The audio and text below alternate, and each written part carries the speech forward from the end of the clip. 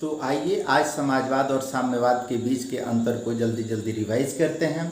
समाजवाद और साम्यवाद के बारे में हम लोग जानते ही हैं कि यह एक पॉलिटिकल फिलॉसफी भी है, सोशल फिलॉसफी भी है, इकोनॉमिक फिलॉसफी है। और इसका उद्देश्य क्या है? समाज में समानता लाना, विशेष रूप से आर्थिक समानता, इकोनॉमिक इक्वेलिटी की बात दोनों विचारधाराओं में किया जाता है।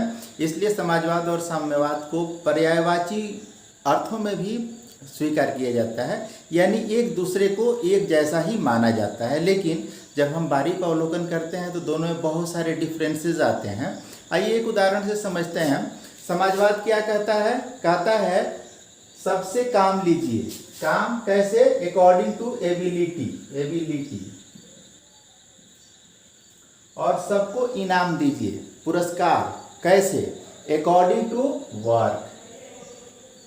इसका मतलब क्या हुआ कि एक डॉक्टर का काम करेगा, एक मजदूरा का काम करेगा, और इसमें जो उन लोग को पुरस्कार दिया जाएगा या तनख्वाह दिया जाएगा वह कैसा दिया जाएगा? डॉक्टर का तनख्वाह डॉक्टर के हिसाब से और वर्कर का तनख्वाह वर्कर के हिसाब से। ये सोशलिज्म की फिलॉसफी है। जबकि कम्युनिज्म क्या कहता है? वर्क अकॉर्डिंग टू एबिलिटी मतलब डॉक्टर की जो योग्यता है उसके हिसाब से काम करे और वर्कर की जो एबिलिटी है उसके हिसाब से काम करे। बट पुरस्कार कैसे? तो पुरस्कार according to their need means suppose कीजिए डॉक्टर की फैमिली छोटी है, उसको कम खर्च है तो उसे कम मिलना चाहिए, और वर्कर की फैमिली ज़्यादा बड़ी है और उसको ज़्यादा खर्च है तो उसे ज़्यादा मिलना चाहिए। इससे क्या निष्कर्ष निकला है? निष्कर्ष ये निकलता है कि साम्यवाद कुछ ज़्यादा ही आइडियलिस्टिक है, आदर्शवादी विचारधारा है, जबकि साम्यवाद की अपेक्षा ज़्यादा प्रैक्टिकल है, व्यवहारिक विचारधारा है। और अंतर क्या है? समाजवाद एक विकासवादी विचारधारा है। विकासवादी मतलब परिवर्तन क्रमशः होता है, ग्रेजुअल चेंज की बात करता है, नॉट डायनेमिक चेंज। जबकि साम्यवाद क्रांतिकारी विचारधारा है। क्रांतिकारी का मतलब क्या है? Dynamic change. क्रांति कहते किसको है? जब कम समय में व्यापक बदलाव है, आमूल चूल परिवर्तन, यानी जो एग्जिस्टिंग सिस्टम है वह पूरी तरह नए सिस्टम से रिप्लेस कर दिया जाए तो उसे हम क्रांति कहते हैं। जैसे राजतंत्र है और राजा की हत्या हो जाए या किसी तरह राजतंत्र खत्म हो जाए और डेमोक्रेसी आ जाए तो एक क्रांति हो सकता है। तो ये क्रांति की बात करता है कौन? साम्यवाद। और समाजवाद विकासवाद की बात करता है, क्योंकि समाजवाद का भी उद्देश्य है आर्थिक समानता लाना। लेकिन कैसे? पूंजीपतियों का अंत करके नहीं, बल्कि पूंजी का वितरण करके, पूंजी जो है उसको क्रमशः गरीबों में बांट करके ये समानता लाने की बात करता है। तो ये विकासवादी है और ये क्रांतिकारी है, क्योंकि कहता है कि सीधे सीधे पूंजीपतियों को मार डालो और उनकी संपत्ति को गरीबों में बांट दो। तो साम्यवाद क्रांतिकारी है जबकि पूंजीवाद विकासवादी सिद्धांत है। दोनों की कार्य पद्धति में भी अंतर है। समाजवाद परिवर्तन की बात कैसे करता है? पावर बाय बैलेट, जो चुनाव होता है, लोकतंत्र में विश्वास है समाजवाद का।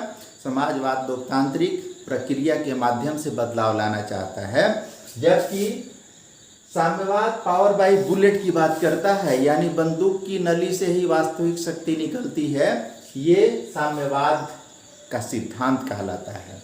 तो साम्यवाद शक्ति में विश्वास करता है और शक्ति द्वारा ही परिवर्तन लाना चाहता है। दोनों के कार्य क्षेत्र में भी अंतर है।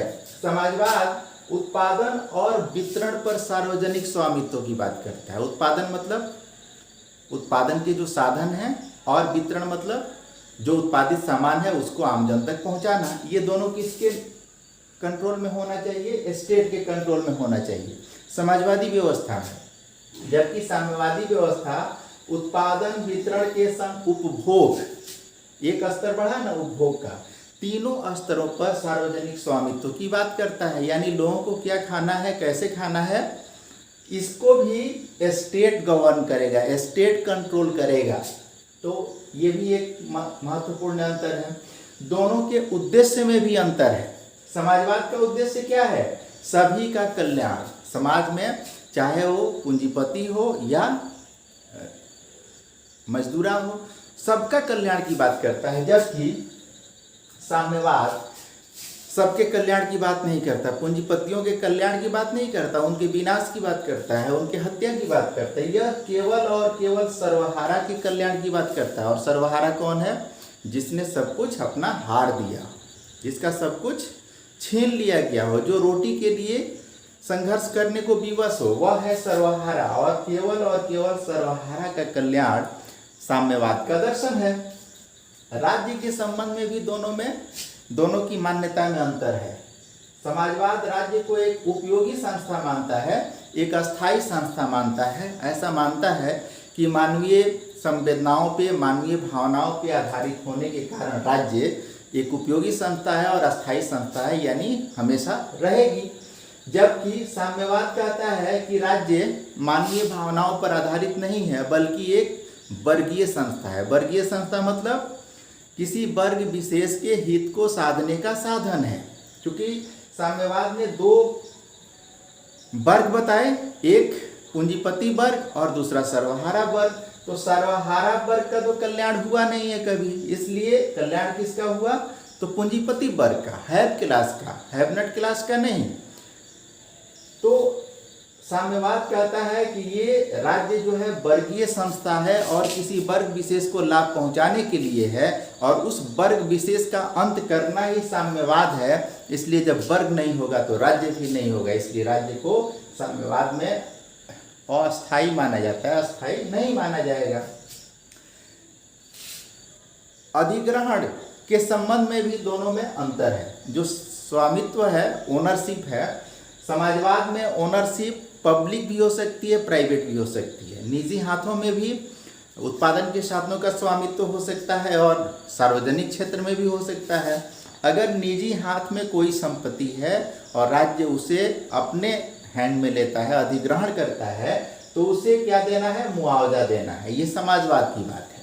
पहले ही बताया कि विकासवाद है और क्रमशः समाजवादी लक्ष्य को पाना है, तो ये अधिग्रहण भी करता है। अगर किसी प्राइवेट पर्सन के प्रॉपर्टी को, तो उसके लिए मुआवजा देगा। जबकि साम्यवाद किसी प्राइवेट ओनरशिप की बात को सिरे से खारिज करता है, सीधे सीधे कहता है कि प्राइवेट ओनरशिप चोरी है, जो पूंजीपतियों ने श्रमिकों के श्रम से चोरी करके अपने लिए संपत्ति बनाया है, इसलिए उनकी संपत्ति को छीन लिया जाना चाहिए और मुआवजे की तो कोई बात ही नहीं हो सकती। धर्म के संबंध में भी दोनों समाजवादी और साम्यवादी विचार प्रणालियों में अंतर है। समाजवाद में धर्म को एक नैतिक आवश्यकता माना गया है, मतलब धर्म व्यक्ति को नैतिक बनाने के लिए एक बहुत ही जरूरी चीज है। जबकि साम्यवाद क्या कहता है? धर्म जनता की अफीम है। अफीम समझते हैं ना? अफीम जो खा ले उसका मति भ्रम हो जाए, सोचने की क्षमता चली जाए, वह अपने आप में आसमान में उड़ते रहे, हवाई किले बनाते रहे, जीवन की वास्तविकता को भूल जाए। तो आज तक यही हुआ है कि हैव क्लास के द्वारा, पूंजीपति वर्ग के द्वारा, या जो सत्तासीन वर्ग के लोग हैं, वो गरीबों को धर्म की घुट्टी पिला देते हैं और उस धर्म की घुट्टी में आम आदमी जो है अपने वास्तविक दुख दर्द को भूल जाता है। इसीलिए मार्क्सवाद या साम्यवाद कहता है कि धर्म जनता की अफीम है। प्रजातंत्र, डेमोक्रेसी के बारे में भी दोनों में, समाजवाद में और साम्यवाद में अंतर है। समाजवाद प्रजातंत्र को वांछित मतलब डिजायरेबल मानता है, यानी उसकी आवश्यकता को स्वीकार करता है और कहता है कि प्रजातंत्र परिवर्तन लाने का साधन है। हम सब जानते हैं कि प्रजातंत्र की सबसे बड़ी विशेषता है शांतिपूर्ण तरीके से ट्रांसफर ऑफ पावर, सत्ता का हस्तांतरण। इसके लिए बैलेट की ज़रूरत नहीं होती है, जनता वोट देती है और अपने पसंद के शासक का चुनाव करती है। तो इसलिए प्रजातंत्र को, डेमोक्रेसी को समाजवाद में वांछनीय माना गया, डिजायरेबल माना गया। जबकि साम्यवाद क्या कहता है कि प्रजातंत्र एक निकम्मी व्यवस्था है और इसलिए प्रजातंत्र का अंत होना चाहिए। साम्यवाद में, डेमोक्रेसी में जो महत्वपूर्ण संस्था पार्लियामेंट है, उसको गपशप की दुकान कहा जाता है। झूठ बोलने की दुकान है वो, गपशप करने की दुकान है। और प्रजातंत्र के स्थान पर सर्वहारा के अधिनायकत्व की बात साम्यवाद में की जाती है। अगला जो महत्वपूर्ण अंतर है वो है समाजवाद शांतिपूर्ण अहिंसक व्यवस्था परिवर्तन में विश्वास करता है और सह अस्तित्व को स्वीकार करता है, यानी डिफरेंट टाइप्स के इंस्टीट्यूशन, डिफरेंट टाइप्स के सोशल सेक्शन एक साथ रह सकते हैं एक दूसरे के अस्तित्व को स्वीकार करके। जबकि साम्यवाद कहता है कि नहीं, दो भिन्न तरह के सामाजिक वर्ग एक साथ नहीं हो सकते, क्योंकि साम्यवाद की क्लासिफिकेशन में दो ही कैटेगरी है, एक शोषक की और दूसरी शोषित की। तो शोषक और शोषित एक साथ नहीं रह सकते, इसलिए अनिवार्य है कि शोषित वर्ग एकजुट हो और संघर्ष करके शोषक वर्ग का अंत कर दे, और उसके बाद सर्वहारा का अधिनायकत्व आए और फिर अंत में साम्यवाद आए। समाजवाद एक अनिश्चित विचारधारा है। कहते हैं कि समाजवाद एक ऐसी टोप है जिसको हर कोई अपने सर के मुताबिक एडजस्ट कर लेता है, जबकि साम्यवाद एक निश्चित विचारधारा है जिसका प्रतिपादन मार्क्स, लेनिन, स्टालिन, ख्रुश्चेव और माओ के द्वारा किया गया।